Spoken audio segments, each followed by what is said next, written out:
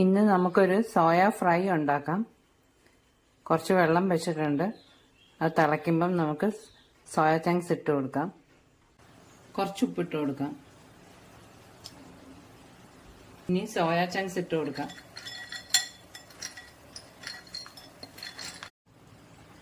അഞ്ച് മിനിറ്റ് ആയി. ഇതിപ്പം ഈ സോയ ചങ്ക്സ് ഒക്കെ വലുതായിട്ടുണ്ട്. ഇനി തീ ഓഫ് ചെയ്യാം.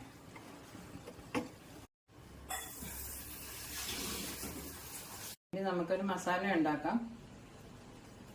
1 സ്പൂൺ മുളക് പൊടി, 1/2 സ്പൂൺ മല്ലിപ്പൊടി, 1/4 ടീസ്പൂൺ മഞ്ഞൾപ്പൊടി, 1/2 ടീസ്പൂൺ പെരിഞ്ജീരകപ്പൊടി, garam masala 1/4 teaspoon, 1/2 teaspoon chicken masala, cornflour 1 teaspoon ആയിട്ടത്.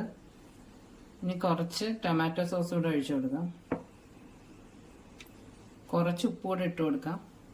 കുറച്ച് വെള്ളം കൂടെ ഒഴിച്ചു കൊടുക്കാം. 1 ടീസ്പൂൺ ഇഞ്ചി വെളുത്തുള്ളി പേസ്റ്റ് കൂടെ ഇട്ട് കൊടുക്കാം. ഇനി നല്ലോണം വെള്ളം കളഞ്ഞ് പിഴിഞ്ഞെടുത്ത് സോയ ചങ്ക്സ് അതിനകത്ത് ഇട്ട് കൊടുക്കാം. ഒരു 20 മിനിറ്റ് റെസ്റ്റ് ചെയ്യാൻ വെക്കാം. അത് കഴിഞ്ഞിട്ട് നമുക്കിത് പൊരിച്ചെടുക്കാം. പാൻ വെച്ച് കുറച്ച് വെളിച്ചെണ്ണ ഒഴിച്ചു കൊടുത്തിട്ടുണ്ട്. ഇനി നേരത്തെ മാരിനേറ്റ് ചെയ്ത് വെച്ച് സോയ ചങ്ക്സ് ഇതിനകത്തോട്ട് ഇട്ട് കൊടുക്കാം.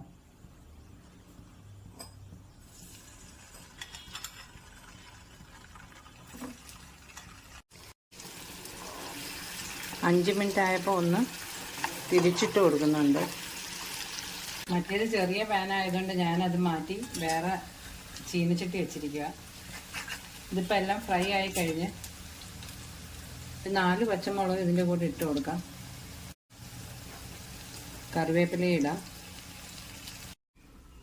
സോയ ചങ്ക്സ് റെഡി ആയിട്ടുണ്ട്. പുറമേ ക്രിസ്പിയും അകത്ത് നല്ല സോഫ്റ്റുമാണ്. എല്ലാവരും ഒന്ന് ട്രൈ ചെയ്ത് നോക്കണേ. എല്ലാവരും എൻ്റെ ചാനൽ ഒന്ന് സപ്പോർട്ട് ചെയ്യണം. ലൈക്കും ഷെയറും സബ്സ്ക്രൈബും കൂടെ ചെയ്യണേ.